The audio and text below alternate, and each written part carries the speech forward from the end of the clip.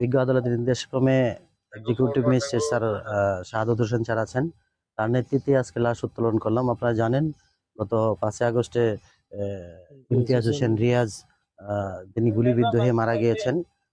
দীর্ঘ 10 মাস পরে বাদী ভিকটিমের বাবা হাবিবুর রহমান বিজ্ঞ আদালত থেকে একটা ছিয়ার মামলা দায়ের করেন। সেই ছিয়ার মামলা তদন্তপূর্বক আইনানুগ ব্যবস্থা গ্রহণের জন্য ওসি সার্কেল স্যারকে নির্দেশ প্রদান করেন। ওসি স্যার এই মামলার তদন্ত সমাপ্ত করে বিজ্ঞ আদালতে প্রতিবেদন দাখিলের জন্য আমাকে নিযুক্ত করেন। আমি সেই ধারাবাহিকতায় মামলার তদন্তের কার্যক্রমের একটা পর্যায়, সেই পর্যায়ে আজকে বিজ্ঞ আদালতের নির্দেশক্রমে লাশ উত্তোলন করলাম। ময়নাতদন্তের জন্য লাশ মর্গে প্রেরণ করব। বিশেষজ্ঞদের মতামত প্রাপ্তি সাপেক্ষে পরবর্তীতে আইনানুগ ব্যবস্থা গ্রহণ করা হবে এবং সেই রিপোর্ট প্রাপ্তির সাপেক্ষেই বিজ্ঞ আদালতে প্রতিবেদন দাখিল করা হবে।